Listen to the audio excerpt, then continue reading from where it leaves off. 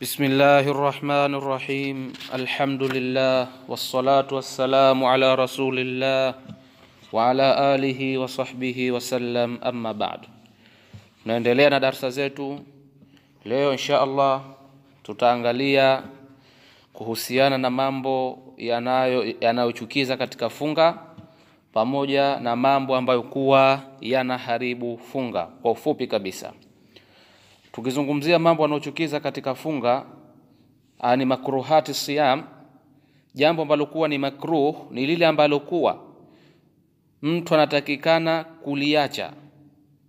kuacha ambako sio lazima, kiasi ambacho kuwa akiacha anapata thawabu na akifanya hapati dhambi. Tumefahamiana vizuri mpaka hapo. Na mambo yanayochukiza katika funga ni mambo ambayo kuwa yako nje ya ile funga wenyewe na anakwenda kinyume na sunna na adabu za funga, na huenda yakapelekea kumdhoofisha mtu ambaye kuwa amefunga. Badala kwamba yeye apate nashati na nguvu za kuweza kufanya ibada, akadhoofika akawa hawezi kufanya ibada. Na katika haya la kwanza ni takbil wa mudaaba, yani mtu kumbusu mke wake na kumchezea.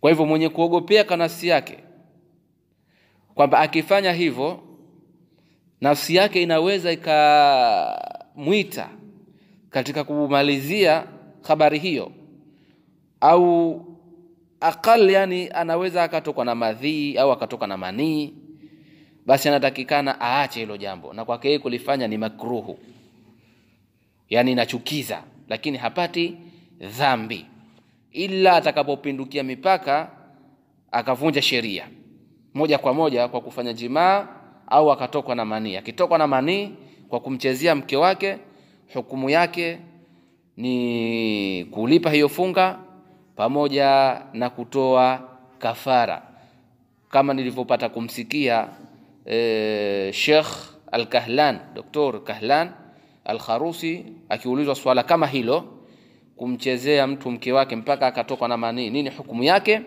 Akasema alayhi alqada'u wat-taubatu wal-kafara, ni juu yake alipe, afanye toba na atoe kafara mughalladha. Kwa hivyo tuhadhari juu ya swala hilo.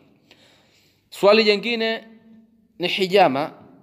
Hijama ni maarufu, yani kutoa damu, yani kutoa damu ambako kuumika, yani kutoa damu chafu yani. Kwa hivyo kiwa mtu inaweza kumdhoofisha, atakikana jambo hilo asilifanye katika mchana wa Ramadhani.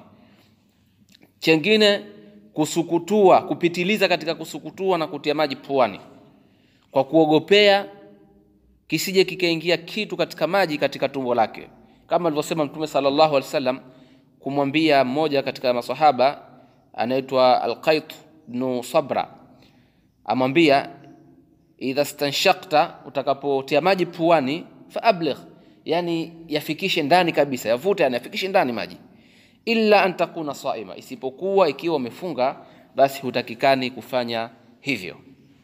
Hayo ni mambo yanayochukiza katika funga. Ama mambo ambayo kuwa yanaharibu funga, tutakwenda nayo katika misingi minne. Msingi wa kwanza ni kuingiza kitu ndani kwa kusudi. Kuingiza kitu ndani kwa kusudi, sio kwa kusahau au kwa bahati mbaya, yani kwa kusudi. Kwa mfano, kuingiza chakula kama wali, tende, maji, juice, yani ambacho kuwa ni chakula kenye kuleta faida katika mwili au ambacho kuwa hakileti faida katika mwili, kama kumeza changa, kumeza karatasi, kumeza chochote ambacho kwa asli si chakula na hakina faida katika mwili, lakini akakimeza kwa kupitia mdomo wake, basi hicho kama kafanya kwa kusudi, funga yake itakuwa imeharibika. Ama kama haikuwa kwa kusudi tayari, basi katika hali hiyo funga yake haiwezi kuharibika. Ni sawa na yule mtu ambaye kuwa atakula kwa kusahau, hukumu ya funga yake inakuwa ni sahihi. Nambari 2, sawa hicho kilichoingia katika mdomo katika tumbo kimeingia kwa kupitia njia ya mdomo au kimeingia kwa kupitia njia isiyokuwa ya mdomo, katika zile njia ambazo kuwa zinafikisha katika tumbo. Na mfano wa njia ambazo kuwa zinafikisha kitu katika tumbo ni jicho. Kwa hivyo jicho linafikisha kitu katika tumbo. Kwa hivyo lau kwamba mtu mathalan ni mgonjwa, anatumia dawa ya macho, zile dawa za macho zile za maji zile, watu wenye elimu wanasema kwamba ikiwa si dharura kutumia mchana Ramadhani, basi ni bora zaidi kutumia usiku. Lakini kama itakuwa ni dharura lazima tumie mchana Ramadhani, basi wanasema ikiwa atatumia lakini hakuhisi chochote kuingia katika tumbo lake, yani kupita katika koo kuingia katika tumbo, basi hakuna tatizo. Lakini kama atahisi basi ni funga yake itakuwa inaharibika, kwa sababu jicho linachukua na kupeleka katika koo, na koo kupeleka wapi? Katika tumbo. Pili ni pua, tundu mbili za pua kupitisha maji au chochote ambacho kwa cha maji dawa mpaka kwenye tumbo, kwa sababu tundu zake ni pana zaidi, na wanatumia mara nyingi madaktari kuweka dawa katika tundu mbili za pua. Kwa hivyo kwamba mgonjwa si dharura kutumia dawa ya maji katika pua mchana Ramadhani, ni bora kuacha. Lakini kama ni dharura akitumia, kama atahisi chochote katika koo yake na kuteremka katika tumbo, itabidi alipe funga. Lakini kama hakuhisi chochote, basi hakuna tatizo, kama wanavyosema wana wa chuoni. Na masikio asli hayapitishi kitu kuingiza katika tumbo, isipokuwa yale masikio ambayo atakuwa ni mabovu, ambapo tayari yameshapasuka. Haya yana uwezo wa kupitisha kitu katika tumbo. Tunazungumzia tarkhis ambayo kwa imezungumzwa na wanawachuoni kwamba mathalan mtu atatumia dawa kupitia katika jicho lake mathalan au pua yake.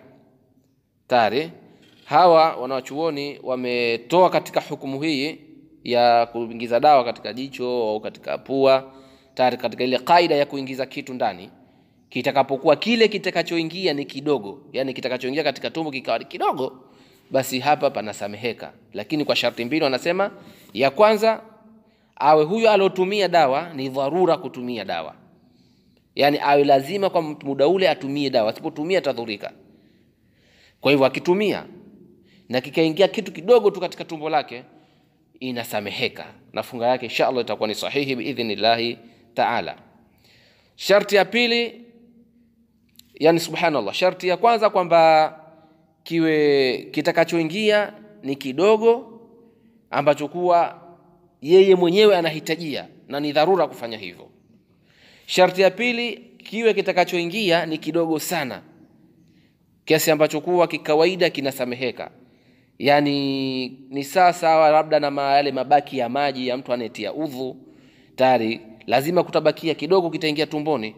Kwa hivyo kile ambacho kwa ni kidogo kabisa kinasamehewa na funga yake inshallah itakuwa ni sahihi. Kwa hivyo kwa ukamilifu au kwa ujumla darasa yetu hii, yule ambaye kuwa atakuwa ni lazima, yani amekuwa na umuhimu kwamba atumie mchana Ramadhani dawa hizo tayari, ambacho kwa kinaweza kuingia katika tumbo lake.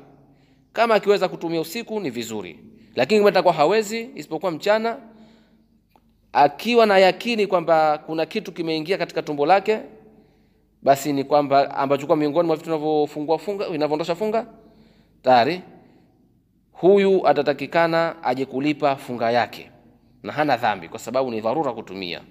Lakini kama atakuwa hana uhakika kwamba kimeingia kitu, basi atatimiza funga yake wa yaqdhiyahu, atakuja kuilipa baada ya hapo akiweza kuja kuilipa. Tumefahamiana? Na kama ikiwa yani hakuweza, basi wanasema afunge ile mwezi wa Ramadhani na alishe. Lakini kufanya huku, yani hukumu hii ya kufunga na kulisha, sio kwamba ni wajibu kwamba lazima alishe. Wanasema ni ihtiyat, yani kutoka katika usalama zaidi. Huenda labda pengine kimeingia kitu yeye mwenyewe hakujua. Ala kulli hal, tunamwomba Allah subhanahu wa ta'ala atuelimishe tusiyoyajua,